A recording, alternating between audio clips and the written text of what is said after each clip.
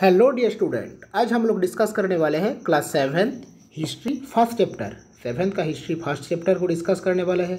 देखो, इस चैप्टर के बारे में मैं ऑलरेडी 2 वीडियो बना लिया हूँ, तो ये 2 वीडियो को पहले देखिए। प्लेलिस्ट में जाकर क्लास 7 हिस्ट्री लिखा है, वहाँ पर देखिए। ये वीडियो 2 वीडियो कंप्लीट होने के बाद ये वीडियो देखना, ये लास्ट वीडियो है और चैप्टर का नाम है the rise of small kingdom. ठीक है, तो चलो लास्ट पार्ट जो बचा हुआ है उसी को कंप्लीट करते हैं। और जो लोग इस चैनल को सब्सक्राइब नहीं किए हो, प्लीज़ सब्सक्राइब कर देना अगर वीडियो अच्छा लगे तो। ठीक है, तो चलो देखो, द रोल ऑफ ब्राह्मण एंड भट्ट। ब्राह्मण लोगों का काम क्या था? पूजा करने के लिए ब्राह्मण लोगों को रखा जाता था। भट्ट लोगों का, भट्ट मीन्स क्या है? पोएट। और क्या काम है? राजाओं के बारे में कविताएं लिखना और राजा को लोकल लैंग्वेज में गाना सुनाना। देखो, मोनार्क एंड फ्यूडल किंग, जो राजा जीतते हैं उसे क्या बोलते हैं, और जो राजा हार जाते हैं, 2 राजा के बीच में अगर लड़ाई होता है तो उसे क्या बोलते हैं? कमेंट बॉक्स में लिखिए। अब देखो, अभी इस क्लास में हम लोग डिस्कस करेंगे परमार डायनेसिटी, ये भी हो गया। मोहम्मद गजनवी के बारे में भी हो गया। Feudal policies of the king, feudal policies of the king यानी कि राजाओं को पॉलिसीज क्या क्या था। Because king were constantly at war with each other. अब देखो, राजाओं एक दूसरे के साथ, राजा का काम है एक दूसरे के साथ लड़ाई करना। एक दूसरे के साथ लड़ाई करने के बावजूद उसके पास लार्ज आर्मी यानी कि ज़्यादा सैनिक नहीं था। तो क्या हुआ? देखो, ज़्यादा सैनिक नहीं रहने के बावजूद उन्होंने क्या करता था? उन्होंने जो वहाँ का फ्यूडल लैंडलॉर्ड है, जमींदार है, जमींदार लोग ज़्यादातर आर्मी को रखता था। ज़्यादा आर्मी को रखे हैं जमींदार। लड़ाई करने के टाइम जमींदार क्या करते हैं? जमींदार उसके पास जो आर्मी है, जमींदार के पास जो आर्मी है, ये आर्मी को राजा के पास भेज देते हैं लड़ाई करने के लिए। ठीक है, तो जमींदार अपने आर्मी को यानी कि सैनिकों को दे रही है राजा को लड़ाई करने के लिए, तो जमींदार को भी तो कुछ चाहिए ना। तो जमींदार को इसके बदले में क्या मिलते हैं? चलो देखते हैं। This arrangement had two advantage as well as drawback. Among the advantage was that this official did not to pay regular salary. इन लोगों तो regular salary नहीं देते हैं from kingdom. Instead he gave them large tract और land of even several village. अब देखो, ये जमींदार लोगों को क्या दिया जाता था? एक एक गांव दिया जाता है कि जाओ भाई उस गांव को ले लो तुम, और युद्ध के टाइम मुझे बस सेना देना, और किसी भी एक गांव को दे देते हैं कि उस गांव को ले लो, और उस गांव से जितने जो टैक्स कलेक्ट हो रही है वो टैक्स तुम्हारा है। ठीक है, देखो, they would send their armies to help king whenever he needed them in battle, क्योंकि ताकि हेल्प कर रही है, इस कारण के लिए ये हेल्प, इस कारण के लिए दे रही है अपना आर्मी को। अब देखो, however the disadvantage wants this feudal vassal. अभी देखो, इन लोगों का डिसएडवांटेज क्या है?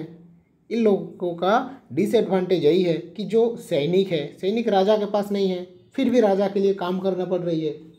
ठीक है, तो ये सैनिकों को अच्छा नहीं लगता। ठीक है, that once the feudal vassal began earning a lot of money from their village. जो feudal vassal है, जमींदार है, वो गाँव से ज़्यादा टैक्स कलेक्ट कर लेते थे। दे बिकम इकोनॉमिकल स्ट्रॉन्ग, और इकोनॉमिकल स्ट्रॉन्ग बन जाता था उस time. Started a disobey the order of king since they had their own armies, क्योंकि उन लोगों के पास अपना खुद का आर्मी है, इस कारण के लिए ये पैसा मिल रहे हैं। They did not fear the king and tried to become more independent. ये लोग और मोर इंडिपेंडेंट रहना चाहते थे। अभी देखो, major dynasty of South India. South India का जो डायनेसिटी है, साउथ इंडिया का एक मेजर डायनेसिटी के बारे में यहाँ पर डिस्कस किया गया। तो चलो देखते हैं क्या बोले हैं। Major dynasty of South India, major dynasty of South India. The Chola were the most powerful dynasty in South India. South India का एक मोस्ट पावरफुल डायनेसिटी है, साम्राज्य है। डायनेसिटी मीन्स से साम्राज्य, पावरफुल डायनेसिटी या साम्राज्य है Chola dynasty. The important king this dynasty way Raja Chola. उस डायनेसिटी का एक इम्पोर्टेंट किंग कौन है? इम्पोर्टेंट किंग है राजा राजा चोला, इंपॉर्टेंट किंग है राजा राजा चोला। राजा राजा चोला, राजेंद्र चोला एंड कुलोत्तुंग चोला, ये तीनों इंपॉर्टेंट राजा है। राजा राजा चोला, राजेंद्र चोला, राजा राजा चोला, राजेंद्र चोला और कुलोत्तुंग चोला, ये तीन इंपॉर्टेंट राजा है।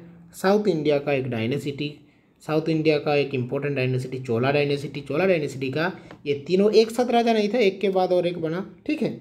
तो ये तीनों डायनेसिटी था साउथ इंडिया में। They not only had held sway over the whole of South India but they conduct military campaign in Orissa. अब देखो इन लोगों का जो आर्मी है, इन लोगों का जो आर्मी है वो कहाँ कहाँ राज की है एक बार देख लेते हैं, ठीक है।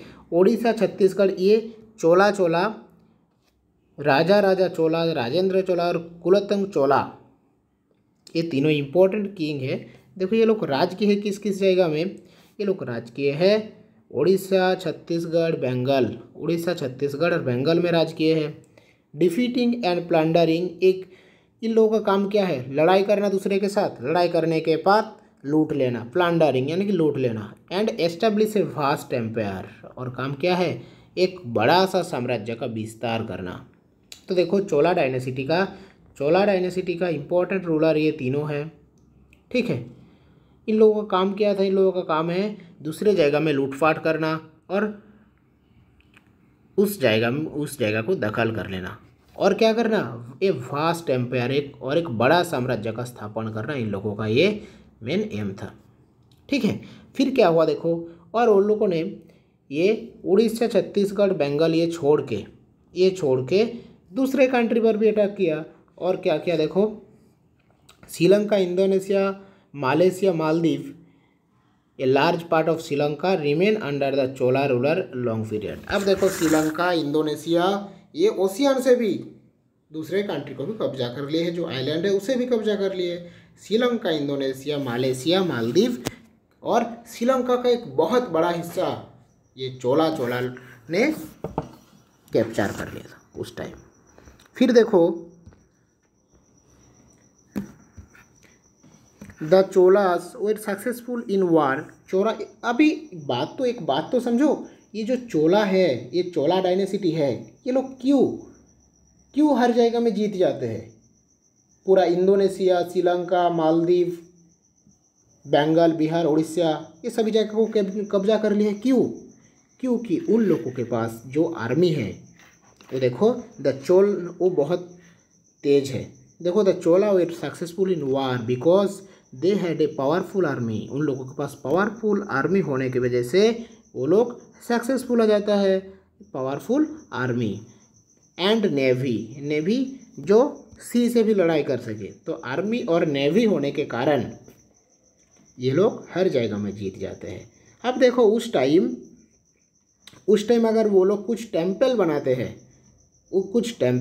हैं तो टेम्पल का नाम कैसे रखा जाता है, जैसे देखो राजा का नाम से ही टेम्पल का नेम भी रखा जाता था उस टाइम। राजा चोला के नाम पर बनाया गया राजा राजेश्वर टेम्पल, ठीक है। ये इसका नाम से बनाया गया, राजा चोला के नाम से बनाया गया राजा राजेश्वर टेम्पल। अब देखो the Chola imposed tax their subjects to pay और मेंटेनेंस ऑफ देयर आर्मी। अब देखो आर्मी लोग लड़ाई कर रही है, पैसा भी तो ज़्यादा देना चाहिए, तो आर्मी को इस कारण के लिए ये लोग ज़्यादा पैसा देते हैं और इसलिए क्या करना चाहिए, इसलिए प्रजा से ज़्यादा टैक्स मांगना चाहिए। तो प्रजा लोगों का उसी टाइम टैक्स बढ़ा दिया गया, ठीक है, टैक्स बढ़ा दिया गया। The tax on land could be up से 1/3 of A value of produce. अगर देखो राइस प्रोडक्शन हो रही है या व्हीट प्रोडक्शन हो रही है तो 3 हिस्सा राजा को देना पड़ेगा और 1 हिस्सा जो खेती किसानी कर रही है उसका है, ठीक है। यानी कि 75% देना पड़ता है राजा को और 25% मिलते हैं जो खेती किसानी कर रही है उसे, ठीक है।